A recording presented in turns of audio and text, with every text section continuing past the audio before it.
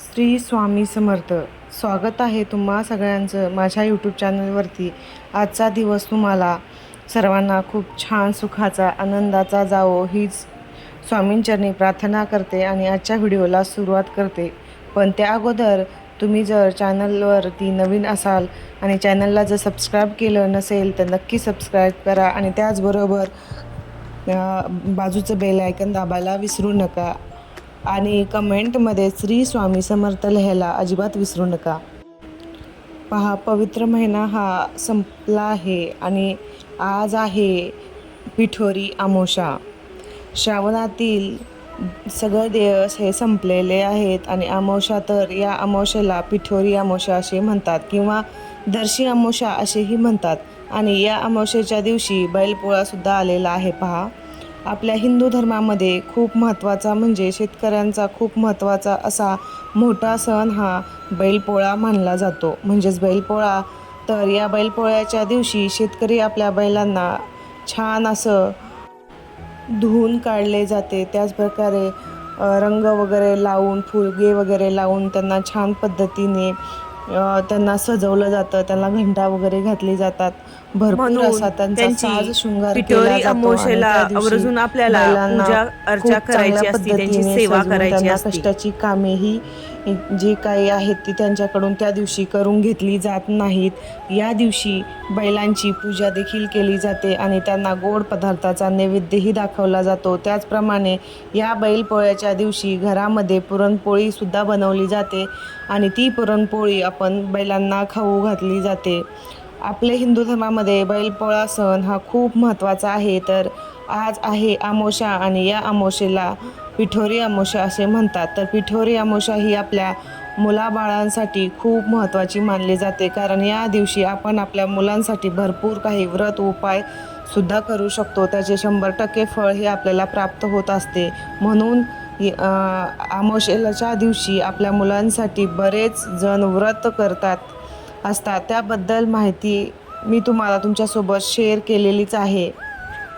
अमावस्येच्या दिवशी बऱ्याच साऱ्या महिला ज्या आहेत ते आपल्या मुलांसाठी व्रत करत असतात आणि त्यामुळे आपल्या मुलांवरती पुढील 1 वर्षभर कुठल्याही प्रकारचे संकट किंवा आजार, वाढ किंवा कुठल्याही प्रकारची अडचण येत नाही असं म्हटलं जातं. कारण ही अमावस्या फक्त वर्षातून एकदाच येते. त्यामुळे जे काही उपाय आहेत तर ते आपल्याला वर्षातून एकदाच करायला मिळतात. त्यामुळे ही अमावस्या खूप महत्त्वाची मानली जाते. तर आज आहे पिठोरी अमावस्येच्या दिवशी काय काय उपाय करायचे आहेत ते तुमच्यासोबत शेअर करणार आहे. तर आईने आपल्या मुलांसाठी हा एक उपाय करायचा आहे. तर त्यासाठी तुम्हाला एक नारळ घ्यायचा आहे आणि त्या नारळाला कोणत्याही प्रकारचा सोललेला नसावा, सोलून घ्यायचा नाही. पहा, आपल्याला त्या नारळामध्ये पाणी असायला हवं आहे असा नारळ आपल्याला बघून घ्यायचा आहे. हा नारळ तुम्ही ओला करू शकता किंवा वाळलेला असेल तरीही तो घेतला तरी चालणार आहे, काही हरकत नाही. अशा पद्धतीचा एक नारळ आपल्याला घ्यायचा आहे आणि त्यानंतर तुम्हाला थोडासा सेंदूर घ्यायचा आहे. पहा, आणि या सेंदुरामध्ये आपल्याला थोडंसं पाणी मिक्स करायचं आहे आणि त्या पाणी मिक्स केल्याच्या नंतर छान पेस्ट तयार झाल्याच्या नंतर एका काडीने त्या नारळावरती आपल्याला त्रिशूल काढून घ्यायचे. पहा, काय काढायचे? त्रिशूल काढून घ्यायचे. तुम्हाला हा जो नारळ आहे तर तो त्रिशूल काढल्यानंतर त्या त्रिशूलाचं तोंड जे आहे, पहा, त्या त्रिशूलाचं जे तोंड आहे ते वरच्या बाजूला असलं पाहिजे. अशा पद्धतीने हा नारळ आपल्याला पकडायचा आहे, म्हणजे मुलांच्या बाजूला त्रिशूळ आला पाहिजे. तर अशा पद्धतीने हा नारळ आपल्याला मुलांच्या समोर पकडायचा आहे आणि हा नारळ आपल्याला आपल्या मुलांवरून 7 वेळा उतरून घ्यायचा आहे. आता हा आपल्याला असा उतरायचा आहे, म्हणजे गोल फिरवून घ्यायचा आहे. घड्याळाचे काटे ज्या पद्धतीने फिरतात तसा तुम्हाला तो 7 वेळा आपल्या मुलांवरून उतरून घ्यायचा आहे. अशा पद्धतीने तुम्हाला तो नारळ तुमच्या मुलांवर उतरून घ्यायचा आहे. पहा, आणि हा उपाय करत असताना आपण कोणाशीही बोलायचं नाही किंवा मुलांनाही कोणाशी बोलून द्यायचं नाही. अगदी शांततेने आणि विश्वास ठेवून आणि मनामध्ये आपल्याला स्वामींचा मंत्र म्हणायचा आहे किंवा स्वामींचे नामस्मरण करत करत हा आपल्याला उपाय करायचा आहे. पहा, आपल्या मनामध्ये आपल्याला श्री स्वामी समर्थ हा जप करत आपल्याला हा नारळ आपल्या मुलावरून फिरवून घ्यायचा आहे. आपल्या मुलांमध्ये जी काही निगेटिव्ह एनर्जी असेल, जी काही नकारात्मकता असेल, आपल्या मुलांना जर नजरदोष झाला असेल, कुठल्याही प्रकारचा जर दोष हा लागलेला असेल तर तो यामुळे दूर होतो. तर हा अत्यंत प्रभावशाली उपाय आईने आपल्या मुलांसाठी करायचे आहेत.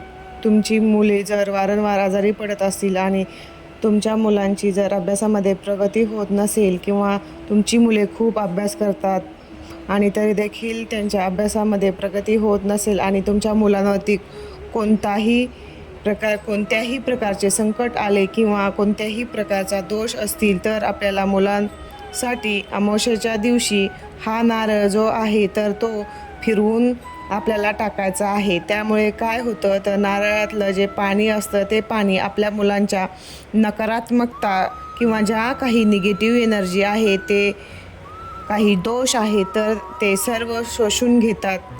तर ज्यावेळी आपण मुलांची नकारात्मक ऊर्जा नारळाच्या पाणी शोषून घेतं तर तेव्हा पॉझिटिव्ह एनर्जीसुद्धा ते बाहेर सोडत असतं. त्यामुळे हा नारळाचा एक उपाय आपल्याला अमावस्येच्या दिवशी म्हणजेच गुरुवारच्या दिवशी दिवसभरामध्ये तुम्हाला हा उपाय केव्हाही आपल्या मुलींसाठी करायचा आहे. पहा, तुम्ही हा उपाय मुलींसाठी पण करायचा आहे हे लक्षात ठेवा. जेव्हा तुम्हाला वेळ मिळेल तेव्हा तुम्ही हा उपाय दिवसभरामध्ये केव्हाही करू शकता. आणि तुमची 1-2 मुले असतील तर तोच नारळ तुम्ही त्यांच्यावरून पण फिरवून घ्यायचा आहे. दुसरा नारळ नाही घेतला तरी चालणार आहे. एकाच नारळाने तुम्ही तुमचे 1-2 जेही मुले असतील त्यांना पण तुम्ही तो नारळ जसा मी सांगितला आहे, घड्याळाचे काटे जसे फिरतात अँटी क्लॉकवाईज तसा फिरवून तुम्हाला घ्यायचा आहे. पहा, तर हा उपाय तुम्ही रात्रीपर्यंत केव्हाही केला तरी चालेल किंवा शुक्रवारी सकाळी 7 वाजायच्या आधी तुम्हाला जर गुरुवारी करणं शक्य नाही झालं तर तुम्ही शुक्रवारी 7 वाजेपर्यंत हा उपाय केला तरी चालणार आहे. कारण की अमावस्या ही शुक्रवारी पण आहे, त्यामुळे तुम्ही 7 वाजेपर्यंत शुक्रवारी हा उपाय करू शकता. अमावस्या ही गुरुवारी लागणार आहे आणि शुक्रवारी तिची समाप्ती होणार आहे. त्यामुळे 7च्या नंतर हा उपाय तुम्हाला करता येणार नाही शुक्रवारी. पहा, शुक्रवारी 7 नंतर तुम्हाला हा उपाय करता येणार नाही, तर त्यामुळे तुम्हाला शुक्रवारी सकाळी 7च्या आधी हा उपाय तुम्हाला करायचा आहे. पहा, आज दिवसभरात तुम्ही करू शकता किंवा शुक्रवारी 7पर्यंत हा उपाय तुम्ही करू शकता. तर अशा पद्धतीने हा तुम्हाला नारळ तुमच्या मुलांवर उतरून घ्यायचा आहे आणि हा नारळ उतरून टाकल्यानंतर तुम्हाला हा नारळ डायरेक्ट डस्टबिनमध्ये किंवा एखाद्या झाडाखाली टाकायचा आहे. फक्त हे लक्षात ठेवा की ती नारळाला कोणीही फोडून खाऊ शकणार नाही किंवा खायचा प्रयत्न करणार नाही. त्यामुळे कुणाला त्रास होणार नाही अशा जाग्यावरती तुम्हाला हा नारळ टाकायचा आहे. पहा, जिथे कुणी त्याला हात लावणार नाही किंवा ते फोडून वगैरे खाण्याचा प्रयत्न करणार नाही अशा ठिकाणी तुम्हाला हा नारळ टाकायचा आहे. आणि हा नारळ कुणी खाऊन त्यांना त्रास होऊ नये याची तुम्हाला काळजी घ्यायची आहे. पहा, तुमच्या आसपास जर वाहतं पाणी असेल तर तुम्ही वाहत्या पाण्यामध्ये विसर्जित केला तरी तो चालणार आहे. पहा, हा नारळ तुम्ही टाकायला जात असताना तेव्हा तुम्हाला कोणाशी बोलायचं नाही किंवा मागे वरून फिरूनही पाहायचं नाही. डायरेक्ट तुम्हाला सरळ हा नारळ घ्यायचा आहे आणि ज्या ठिकाणी तुम्हाला टाकायचा आहे त्या ठिकाणी तुम्हाला पिशवीत घालून हा नारळ घेऊन जायचा आहे आणि तुम्हाला हा नारळ तिथे टाकायचा आहे. घरापर्यंत आपल्याला कोणाशी बोलायचं नाही. येईपर्यंत घरी आल्यानंतर आपल्याला सर्वप्रथम हातपाय धुवायचे आहेत आणि आपल्याला मंदिरासमोर बसायचं आहे, दिवा प्रज्वलित करायचा आहे आणि स्वामींना नमस्कार करायचा आहे. आपल्या घरातलं जे काही देवी देवता आहेत त्यांना नमस्कार करायचा आहे आणि मनोभावी प्रार्थना करायची आहे की हा उपाय मी माझ्या मुलांसाठी केलेला आहे. ज्या काही संकटे आहेत, जे काही आजारपण आहे, जे काही दोष आहेत ते सर्व दूर होऊ दे अशी प्रार्थना आपल्याला स्वामींना करायची आहे. आणि या पद्धतीने हा उपाय आपल्याला आजच्या दिवशी आवर्जून करायचा आहे. तुम्हाला जर मासिक धर्म असेल किंवा सुतक असेल तर हा उपाय तुम्हाला करता येणार नाही आहे. पहा, हा उपाय तुम्ही पुढच्या अमावस्येला केला तरी चालणार आहे. तर अशा पद्धतीने हा एक प्रभावशाली उपाय तुम्ही तुमच्या मुलांसाठी आवर्जून पिठोरी अमावस्येच्या दिवशी तुम्हाला करायचा आहे. त्यामुळे तुमच्या मुलांच्या अभ्यासामध्ये प्रगती होईल.